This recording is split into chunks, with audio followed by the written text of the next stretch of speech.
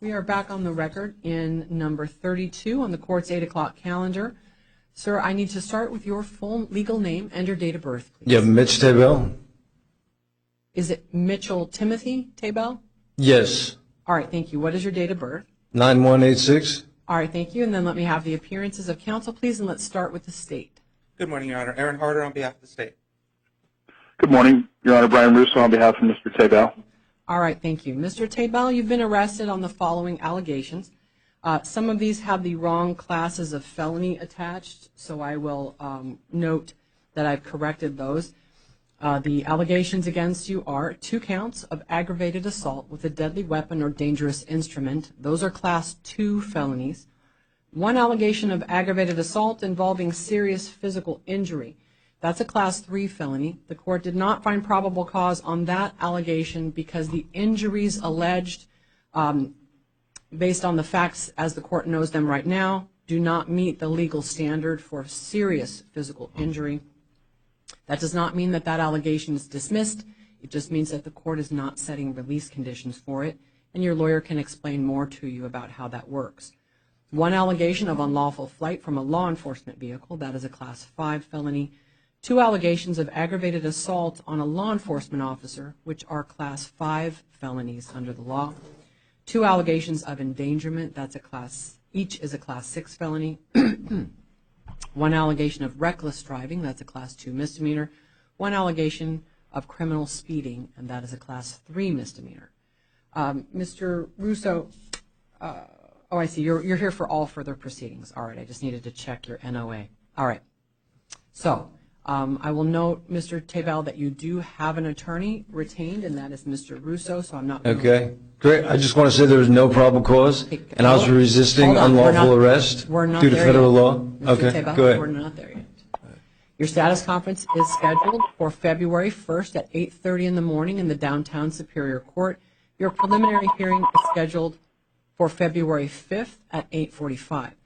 Before the court sets conditions of bail or release, each party will have a chance to address the court. We will start with the state. I need you to please not interrupt while this person is speaking. Then I'm going to give your lawyer a chance to address the court on these allegations.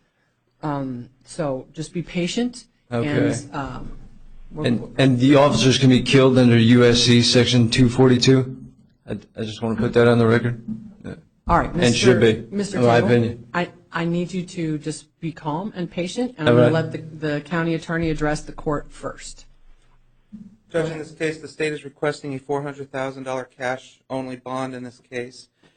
First, Your Honor, the defendant does pose a flight risk based on the facts of the case. The officers attempted a traffic stop. The defendant failed to yield and led them on a very lengthy pursuit on freeways and city streets, which ultimately ended in a collision.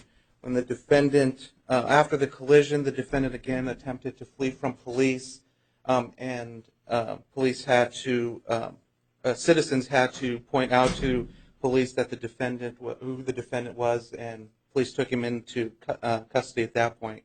So based on his history, or based on the facts of the case, he does pose as a flight risk. In addition, Your Honor, the defendant poses an extreme danger to the community. Again, with the pursuit ending, with the end of the pursuit, the defendant went left of center, went into the left-hand turn lane, ran red lights, went into the opposing lane of traffic, and collided into another vehicle head-on.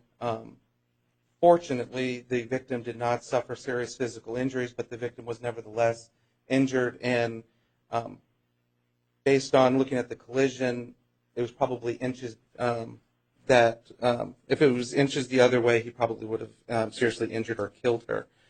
In addition, Your Honor, the defendant, looking at his criminal history, he has several arrests from different states. In particular, from New York, Your Honor, he has, it appears from September 2nd of 2011 from the state of New York.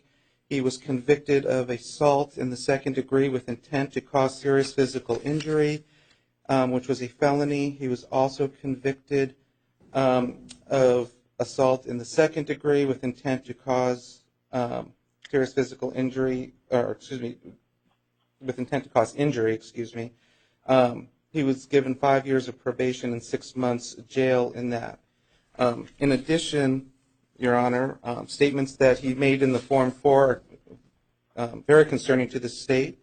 As far as him being a flight risk and following the orders of the court, he said that he states that he will not obey any rules of law imposed on his freedom, which is in the Form 4. Who said that? I said that? I didn't say that. Mr. Taebel, you need to let him talk. Okay. Your lawyer is going to have a chance to All respond. right.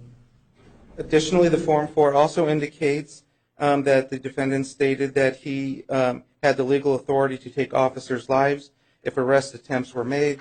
That is true case law, Supreme Court case law. Mr. Taebel, Okay. please, if you continue to interrupt, it's going to become a problem. Based on and his actions right now when he's not following the court's orders to allow the state to speak uninterrupted, he poses a danger to the community. He's not going to follow the rules of the court or the rules of society, and he does pose a danger to the community. Based on all of that, a $400,000 cash-only bond is appropriate. All right, thank you. Mr. Russo, what did you want to say on behalf of your client? Thank you, Your Honor. And first let me thank the court. I was just retained this morning by Mr. Taebel's father, and I have a very limited command of the facts. Obviously, the state has more information than I do, but Mr. Harder was kind enough to share some of the information with me, and Your Honor's staff was very gracious in allowing me to get some information to appear telephonically.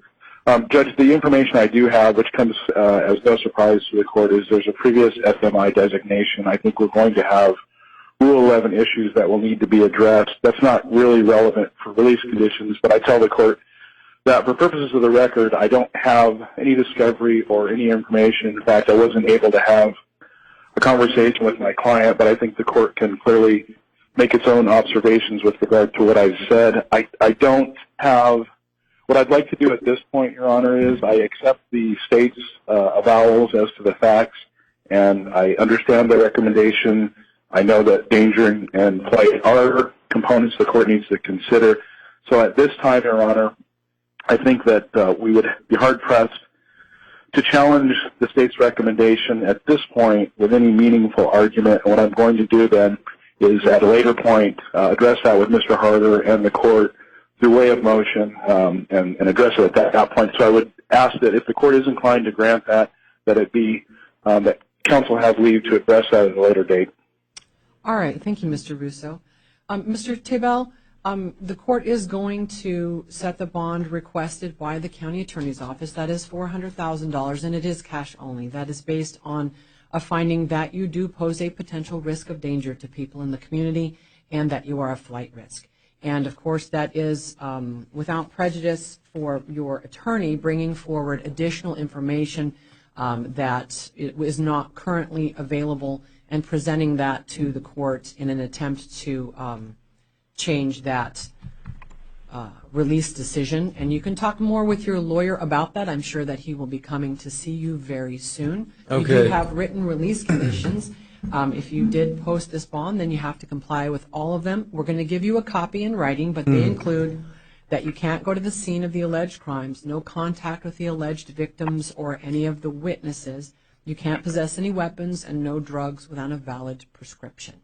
If you'll sign for the clerk, she'll give you a copy of those release conditions. It'll have everything I just told you in writing, including your court dates. Okay. Will you be hearing the preliminary hearing? No, sir. That is going to Okay. go across the street to the Superior Court. All right. There is a probable cause issue with this case. All right. We'll talk I to look your forward to lawyer sharing about it. that. Okay. Your lawyer will absolutely help you with that. All right. Great. Mr. Russo, Yes, are you speaking with Timothy about posting bond? Is that something we can do immediately? yes, and I'll be down to see you this afternoon. All right. All right. Great. All right. So. Thank you, Your Honor. Thank you, Mr. Russo. If you'll sign for the clerk, you'll be all finished for right now. Judge, I beg the court's indulgence. What was the first date you set? Oh, it is February 1st at 8:30 in the morning. That's in the downtown RCC. Preliminary hearing February 5th at 8:45. Thank you, Your Honor. All right, we're going to go off the record now. Thank you, Mr.